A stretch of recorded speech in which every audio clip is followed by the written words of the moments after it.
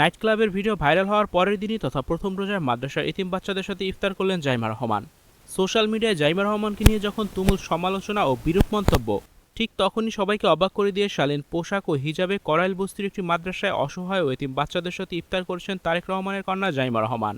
মা জুবাইদা রহমানের সাথে ইফতারে অংশ নেন জাইমা রহমান। এ সময় সবাইকে ইফতার পরিবেশন করেন জাইমা রহমান। একদিন আগে জাইমা রহমানের নাইট ক্লাবে নাচার একটি ভিডিও দেশজুড়ে ব্যাপক ভাইরাল হয় ও সমালোচনার জন্ম দেয়। মডার্ন পোশাকে জাইমা রহমানকে দেখে অবাক হয়েছিলেন সবাই। একদিনের ব্যবধানে জাইমা রহমানকে মাদ্রাসায় দেখে অবাক হয়েছেন নেটিজেনরা। হাসি মুখে বাচ্চাদের সাথে কুশল বিনিময় করতে দেখা যায় জাইমা রহমানকে। তবে মন্তব্যের ঘরে নেতিবাচক মন্তব্যই বেশি দেখা যাচ্ছে। কেউ কেউ বলছেন দেশের মানুষকে বোকা বানাচ্ছে জাইমা রহমান। আবার কেউ বলছেন আলোচনা ডাকতেই জাইমা রহমান এতিম বাচ্চাদের সাথে ইফতারি করছেন।